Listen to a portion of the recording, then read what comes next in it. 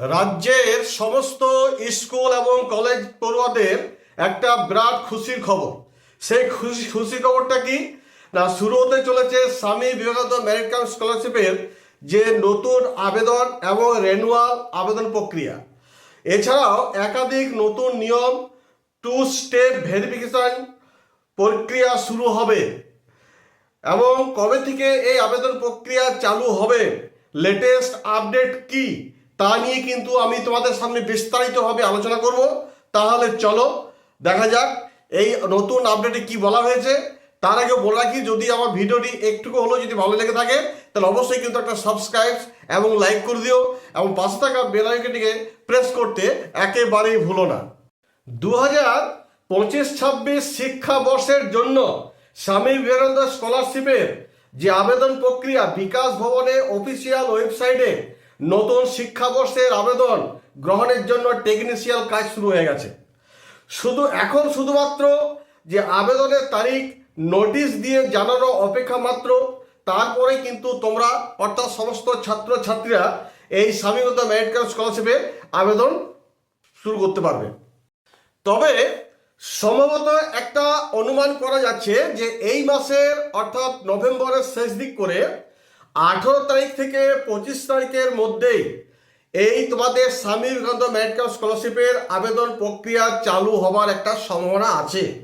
যদিও এখনো পর্যন্ত বিকাশ ভবন তরফ থেকে কোনো তারিখ এখনো জানানো হয়নি, জাস্ট একটা অনুমান করা যাচ্ছে যে এই মাসের 18 তারিখ থেকে 25 তারিখের মধ্যে এই স্বামী বিবেকানন্দ মেরিট কাম স্কলারশিপের আবেদন প্রক্রিয়াটা চালু হওয়ার সম্ভাবনা আছে।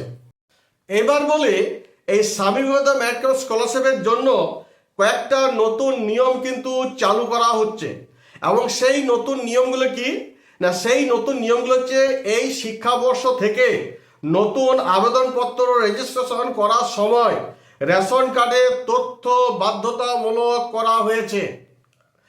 আরও জানানো হয়েছে কি যে নতুন আবেদন করার পর স্ট্যাটাস চেক বা রেনুয়াল আবেদন করার ক্ষেত্রে অ্যাপ্লিকেশন লগইনের সময় এবার থেকে অ্যাপ্লিক্যান্ট আইডি ও পাসওয়ার্ডের সাথে ওটিপি ভেরিফাই করে লগ ইন করতে হবে।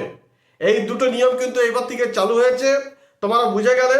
তো যাই হোক, এই ছিল স্বামী বিবেকানন্দ মেরিট কাম স্কলারশিপের একটা নতুন ছোট্ট আপডেট। যদিও কবে থেকে এই অ্যাপ্লিকেশন শুরু হবে সেটা এখন কিন্তু বিকাশ ভবন তরফ থেকে জানানো হয়নি। যখন জানানো হবে তখন কিন্তু তোমাদের সঙ্গে সঙ্গেই কিন্তু এই খবরটা দিয়ে দেবো। আরেকটা বলি, যখন এই আবেদন প্রক্রিয়া চালু হয়ে যাবে এবং আমরা যখন নোটিশ পেয়ে যাব এবং এই স্বামী বিবেকানন্দ মেরিট কাম স্কলারশিপের জন্য কি কি ডকুমেন্টস লাগবে সেই নিয়ে কিন্তু আরেকটা তোমাদের সামনে ভিডিও করে দেবো। যাই হোক, এই বলে আপাতত ভিডিওটি এখানে শেষ করছি। তার আগে বলে রাখি, যদি আমার ভিডিওটি একটুকু হলেও লেগে থাকে তাহলে অবশ্যই কিন্তু লাইক করে দিও। তোমরা সকালে ভালো থাকো, ধন্যবাদ।